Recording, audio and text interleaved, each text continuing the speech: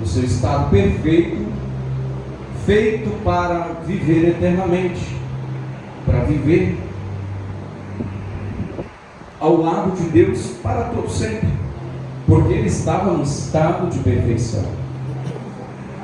E logo após ele caiu, ele errou, cometendo pecado contra Deus e falhou na sua missão. E muitas pessoas começam a indagar, e já até perguntaram para mim, dizendo: se Deus sabia que Adão ia pecar, por que Deus fez Adão e deixou ele pecar? E logo alguém com as suas dúvidas começa a tirar os atributos de Deus, que é o poder sobrenatural dos três grandes atributos.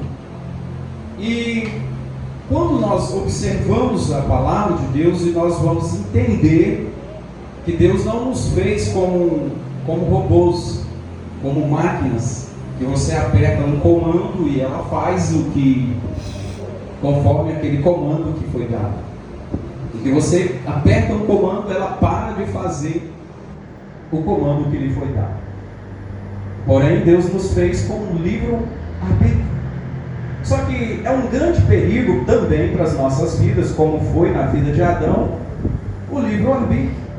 E muitas pessoas querem viver esse livre-arbítrio dizendo: eu sou dono do meu próprio nariz, eu faço o que eu quero, vou aonde eu quero, e eu que mando em mim. Foi o que aconteceu com Adão. Ele teve o livre-arbítrio, mas o livre-arbítrio para a vida de Adão foi a morte, porque ele preferiu pegar da mão da mulher algo que Deus disse para que não pegasse, para que não cometesse tal erro de fazer. O Senhor Deus, quando fez o jardim do Éden, fez aquele jardim mais perfeito, aquela coisa mais linda, mais sobrenatural que você possa imaginar, porque se as coisas desta terra que às vezes nós observamos, lugares bonitos, cachoeiras, naturezas perfeitas, mesmo ainda com todo o pecado e com toda a imundícia que há sobre a face dessa terra, você admira logo uma paisagem bonita. Você olha para o jardim do Éden agora, segundo a Bíblia Sagrada. O jardim, um lugar puro, um lugar magnífico, um lugar tão real que o próprio Deus descia ali naquele lugar. Deus fez aquele lugar para colocar o homem. Adão agora decide desobedecer. Pronto, primeiro Adão saiu da fase, ou seja, da dispensação chamada inocência, e entra na dispensação chamada consciência. E começa a entender e a ver que ele estava nu, que ele tinha cometido um ato de desobediência. E esse ato de desobediência, na segunda dispensação, ele esconde, porque ele sabia que o Deus Todo-Poderoso, todas as tardes e manhãs, o Deus Todo-Poderoso descia naquele jardim e tinha um diálogo, uma conversa com Adão, face a face, rosto a rosto. Adão, eu aqui na minha conjectura, eu posso ver Adão talvez contemplando, talvez não, com certeza, porque ele estava no estado de perfeição. Adão contemplava face a face os olhos do Deus Todo-Poderoso, os cabelos do Deus Todo-Poderoso. Pastor, mas que você fala cabelo nos olhos? Porque nós somos, segundo a Bíblia, somos igual ao nosso Deus, somos imagem e somos semelhança. Eu sei que nem todo mundo é semelhança, mas todos somos imagens. E ele podia ali falar cara a cara com Deus. E o Senhor Deus dialogava com Adão, dizendo assim: Adão, está vendo aquele animal gordinho lá, passando com uma tromba grande? Que nome você dá para ele? Senhor, eu vou chamar de elefante. E aquele animal lá grandão, tem um pescoção, que nome você quer dar para ele? Senhor, eu vou chamar de girafa. Olha a intimidade que Deus tinha com Adão. Olha a proximidade que Deus tinha. Olha aquele afeto tão gostoso. Olha aquela coisa tão maravilhosa, você poder estar lado a lado e ainda recebeu do próprio Criador. O Criador deixou de dar um nome para os animais e deu essa excelência para Adão. Você para e pensa comigo, a grande pureza na intimidade que o homem tinha com Deus, de poder contemplar. Só que o inimigo, ele roubou essa intimidade. O inimigo, na sua crueldade, ele roubou essa proximidade. E depois que ele roubou a proximidade, veio o pecado. E veio, após o pecado, a morte. Por isso que a Bíblia diz que o dom gratuito de Deus é a vida eterna. Mas o salário do pecado é a morte. E alguém pergunta, mas o que é a morte? A morte é o juízo do pecado. E aonde que eu quero entrar nesse texto que eu vou dizer para você? Que quando Jesus ele foi para o grande sacrifício, porque todos agora já estavam condenados a morrer, porque o primeiro Adão pecou, porque o primeiro Adão não conseguiu concluir a missão que o Deus Criador confiou a ele. Mas agora vem o segundo Adão, assim narra Paulo, dizendo que o segundo Adão é Jesus. Ele veio perfeito, foi criado por Deus, se passou como homem, 100% carne, ele viveu entre nós, ele passou por todos os tipos de tentações que um ser humano poderia passar e não pecou. Esse é o segundo Adão, nos levando ainda ao estado de perfeição mediante o sangue dele. Segunda epístola que Tiago nos diz que o sangue de Jesus nos purifica de todo pecado. Então agora o cenário se arma aqui, lá em Jerusalém, porque esse segundo Adão, chamado Jesus Cristo, ele veio de uma virgem, ele passou ali iniciou, melhor dizendo, o seu ministério, ainda bem jovem, porque naquela época o sacerdote, ele não poderia exercer o seu ministério antes dos 30 anos de idade. Jesus teve o seu ministério bem pouquinho tempo, com apenas 3 anos e meio do seu ministério. E nesses 3 anos e meio, Jesus revolucionou o planeta Terra, o mais sensacional sacrifício no seu ministério, se entregando por todo. Começou o seu ministério com 12 pessoas, ou seja, deixou agora um coral celestial, deixou agora as suas classes de anjos angelicais para escolher 12 pessoas para estar com ele, espalhando as boas novas por toda a terra. Jesus começou a incomodar muita gente, principalmente os grandes mestres, sábios, os grandes sacerdotes que se diziam guardiões da palavra, guardiões da palavra do Deus Todo-Poderoso. E isso começou a incomodar. Jesus foi levado para o Sinédrio, porque ele se autoproclamava ser filho de Deus, porque nenhum deles encontraram pecado em Jesus. Jesus, quando foi levado ao Sinédrio, alguém interroga ele, dizendo: quem é você? Quem você diz que é? Você diz que é o Filho de Deus, é isso mesmo? Ele fala: a tua boca está dizendo. Você que diz.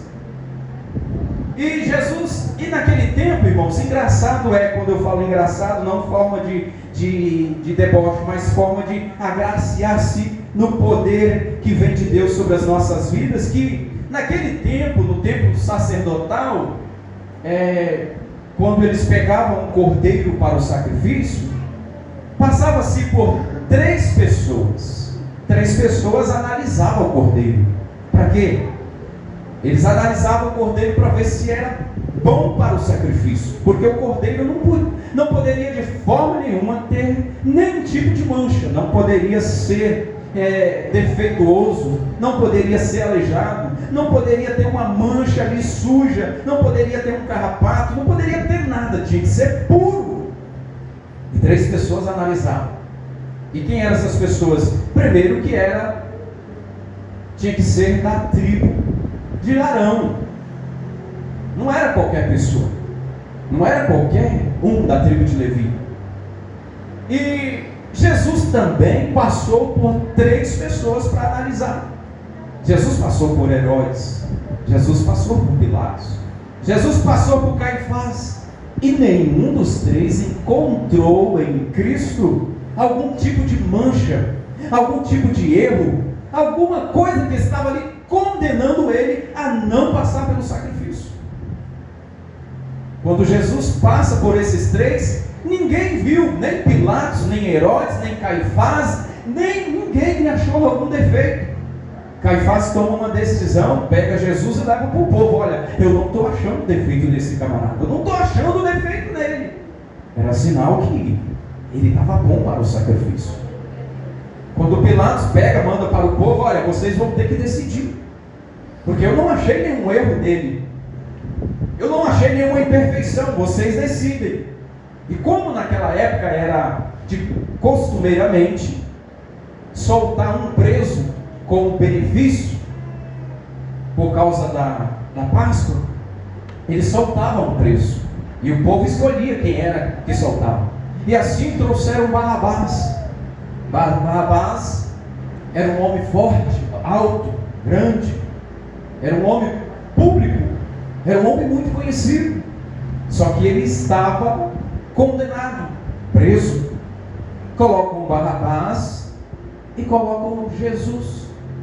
Pilatos diz: quem vocês querem que eu solte?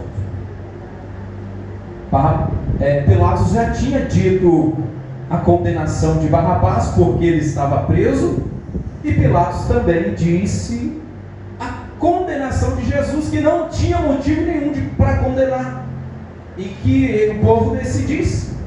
E logo entre o povo, os sacerdotes, combinaram entre si, comprando a multidão: olha, vamos pedir para soltar Barrabás e prender Jesus, porque a gente não aguenta mais ele aqui. Ele está confrontando os nossos princípios, nossos ensinamentos. Ele vem pregando por aí um tal de reino dos céus. Ele vem dizendo por aí que ele é filho do Deus Altíssimo, que ele é o Messias que veio para resgatar a humanidade da condenação eterna. Vamos fazer o seguinte: vamos mandar matar ele logo, que a gente fica livre. Assim fizeram os sacerdotes. Então, quando Pilatos pergunta para o povo: quem vocês querem que eu solte? Jesus ou a Barrabás? E o povo grita: solta Barrabás e prende Jesus. Olha, talvez vocês não entenderam. Peraí, eu vou perguntar de novo. Esse homem, eu não achei defeito nele, eu não achei erro nele, e Barrabás está condenado porque ele cometeu coisas erradas segundo a lei. Entendeu, pessoal? Vou perguntar de novo. E perguntou, e o povo novamente disse: solte Barrabás e prendam a Jesus. É por isso que na nossa atualidade, eles dizem que a voz do povo é a voz de Deus. É o povo que diz. Eu acredito que a voz de Deus é isso aqui, ó, é a palavra do Senhor. Para o cristão, para a pessoa salva em Cristo Jesus, essa é a palavra de Deus, porque ela é apta para salvar o homem da condenação eterna. Ela está dizendo: conhecereis a verdade e ela vos libertará. Ou seja, sem conhecer a verdade como ela é, não tem como a igreja morar no céu, não tem como você ser liberto, não tem como você ser curado das feridas do pecado, não tem como. Muito bem, o povo pegou e preferiu soltar Barrabás. Assim fez Pilatos, mandou prender Jesus. Várias chibatadas. Jesus levou 40 chibatadas. seus órgãos internos, segundo a Bíblia, já se mostrava pelas chibatadas no meio das costas. Já dava para ver os seus rins, já dava para ver lá os seus pulmões, já dava para ver, quem olhasse, ver aqueles pedaços de carne sendo abertos. Jesus sofreu uma intensa hemorragia e depois foi condenado a levar a cruz. A cruz, segundo a história, ela pesava em torno de 120 a 140 quilos, porque ela era feita em variedades de madeira, e muitas das vezes usava uma madeira chamada acácia. Todo mundo sabe que a acácia é uma madeira que não se prestava para nada. Todo artesão recusava a acácia, porque era uma madeira bruta, uma madeira cheia de nós e muito pesada. Outros usavam outros tipos de madeira, não significava mente, a Bíblia não diz que madeira era, mas pelo costume e a tradição da época, provavelmente foi acácia. O seu tronco horizontal pesava em torno de 40 a 60 quilos, e o seu tronco principal pesava ali os seus quase 80 quilos, e colocaram sobre os ombros de Jesus. Jesus já todo debilitado após as 40 chibatadas, com hemorragia, fraco, anêmico, quase sangue nele. Muita força ele fez, porque ele sabia que tinha que terminar o grande sacrifício na cruz do Calvário. Jesus caminha, no meio do caminho ele cai, pelo peso da cruz, que já estava bem debilitado. Muito debilitado. Quando ele cai, um dos soldados pega um certo Simão que vinha de Cirene. A cidade de Cirene, olha essa história interessante. A cidade de Cirene ficava a 1260 quilômetros de Jerusalém. Lá na cidade de Cirene tinha uns judeus que costumavam sair de Cirene por dois meios de transporte. Uma era a pé e outro era de barco. E levava mais ou menos, se o rapaz fosse bom de caminhada, eles levavam em torno de 40 a 60 dias de caminhada. Isso calculando aqui que ele caminhou pelo menos 30 quilômetros por dia, caminhando da cidade de Cirene, tudo para a Páscoa, para oferecer o sacrifício. Tinha um porém, irmãos, que quem caminhava da cidade de Cirene até Jerusalém era muito longe, e não tinha como levar o sacrifício, porque o sacrifício era normalmente um cordeiro, uma rolinha, me ajuda o outro sacrifício, tem outro sacrifício que eles levavam também, uma rolinha, uma pomba, era o sacrifício que costumava levar. Só que no meio do caminho, se tivesse levando esse sacrifício, ele ia morrer, porque não tinha comida suficiente para alimentar o cordeiro, para alimentar as pombas, as rolinhas para o sacrifício, e ela ia chegar lá debilitada. Quando aquele certo Simão de Cirineu, aquele Cirineu que estava chegando, ele viu uma multidão. Só que é normal, nós somos assim, pessoal, nós somos dessa forma, pode ser o que for, se tiver uma multidão, nós estamos passando aqui, não tem nada a ver, mas se a gente vê a multidão, eu vou lá ver o que está acontecendo. Nós somos curiosos, principalmente mulher, desculpa gente, somos dessa forma. A gente pode estar com extremamente um compromisso. Eu sei que tem homem também que não é fácil, homem é curioso demais, mas mulher é terrível. Desculpa as irmãs, depois vocês brigam com o pastor. Aí Simão está passando, né, tranquilo, indo para Jerusalém, crente, cheio do Espírito Santo, indo para o sacrifício, porque quem caminha de 1260 quilômetros para oferecer um sacrifício não é qualquer pessoa não, sendo que aqui no Nova Conquista Misericórdia tem gente que mora aqui no bairro, mas não vou na igreja não, está quente, está chovendo, oh meu Deus, vou parar aqui, vamos voltar aqui. 1260 quilômetros indo para o sacrifício. Quando ele vê uma multidão, peraí, eu vou lá ver. Eu sou crente, eu chego ao Espírito Santo, mas a curiosidade bateu mais alto, eu vou lá ver. Chegou do lá, empurrão para cá, outro para lá. Por quê, gente? Era um cenário que Cristo estava passando, que era de extrema vergonha para o condenado, Lá em Jerusalém eles faziam isso, era costumeiramente feito isso, que o condenado passava pelas chibatadas, carregava a sua própria cruz e depois era crucificado, mas a maioria dos condenados não conseguia sobreviver nem às chibatadas, morria logo ali no tronco. Alguns que conseguiam sobreviver, iam só no meio do caminho carregando a cruz. Mas Jesus não poderia morrer só nas chibatadas. Jesus não poderia morrer pelo meio do caminho. Assim como você que é crente, que está aqui, cheio do Espírito Santo, não pode morrer pelo meio do caminho. Porque nós temos uma promessa. Nós temos uma promessa. Quando aquele Simão, curioso, chega, abre um para lá e empurra para cá, o soldado já olha. Ei, você aí que acabou de chegar, curioso é por minha parte, mas é isso que dá ser curioso demais. Curioso, vem aqui. Mas eu estou vindo caminhando de Cirene 1260, não importa, vem aqui, eu quero que você venha aqui. Tá bom. Ele foi, ajuda ele a carregar a cruz. Mas meus pés estão doendo, não importa, ajuda ele a carregar a cruz. E Simão passa a carregar a cruz de Cristo. Aqui é uma profecia que se cumpre. Que se cumpre depois da morte de Cristo. Porque hoje quem nos ajuda a carregar a cruz é o Espírito Santo. Ainda que nossos pés estejam doendo pela caminhada, ainda que os momentos sejam difíceis por causa da caminhada que nós estamos vindo de longe.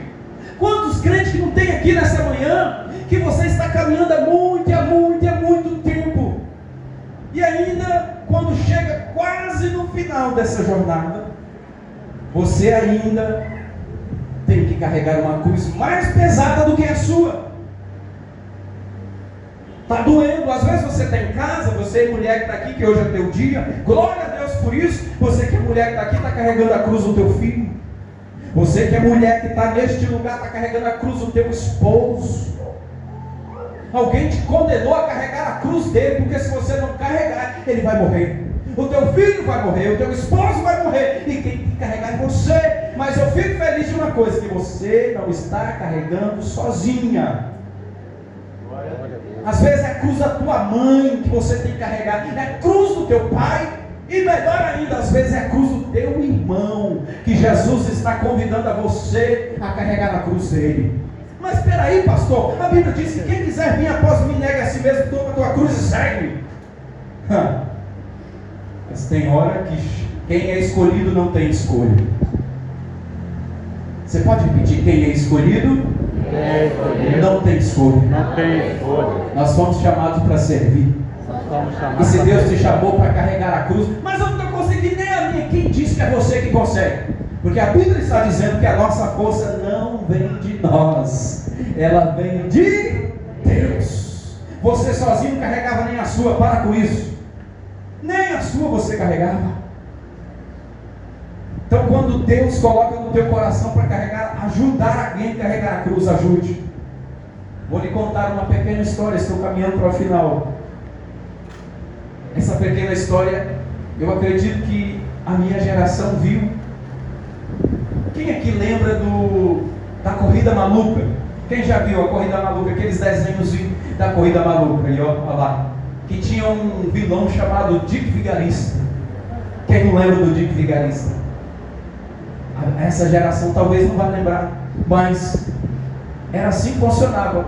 Todos estavam correndo em um mesmo objetivo, que era alcançar o prêmio. Não é assim na Corrida Maluca? Eles dão a largada com seus carros, cada um carro mais esquisito que o outro, não é? Mas é verdade. Cada um carro mais esquisito que o outro. E todos saíam em direção ao grande prêmio. Só que o Dick Vigarista, ele não estava nem aí para o prêmio. O negócio dele era atrapalhar a vida dos outros. O Dick Vigarista era assim. Não é à toa que o nome dele é Dick Vigarista. E tinha um cachorro chamado Mancle. O Mancle sempre ria do Dick Vigarista, das coisas que ele fazia de errado e se dava mal. No meio do caminho, o Dick Vigarista sempre corria na frente, chegava ali e tentava armar uma cilada para que alguém caísse no buraco, para que o carro do seu companheiro quebrasse. pegasse fogo e não conseguia chegar ao objetivo do grande prêmio. Essa era a missão do Dick Vigarista. Trazendo para a nossa atualidade, abre aspas, será que no nosso meio tem esses Dick Vigaristas que não quer ver, ou seja, que todo mundo está caminhando no mesmo objetivo?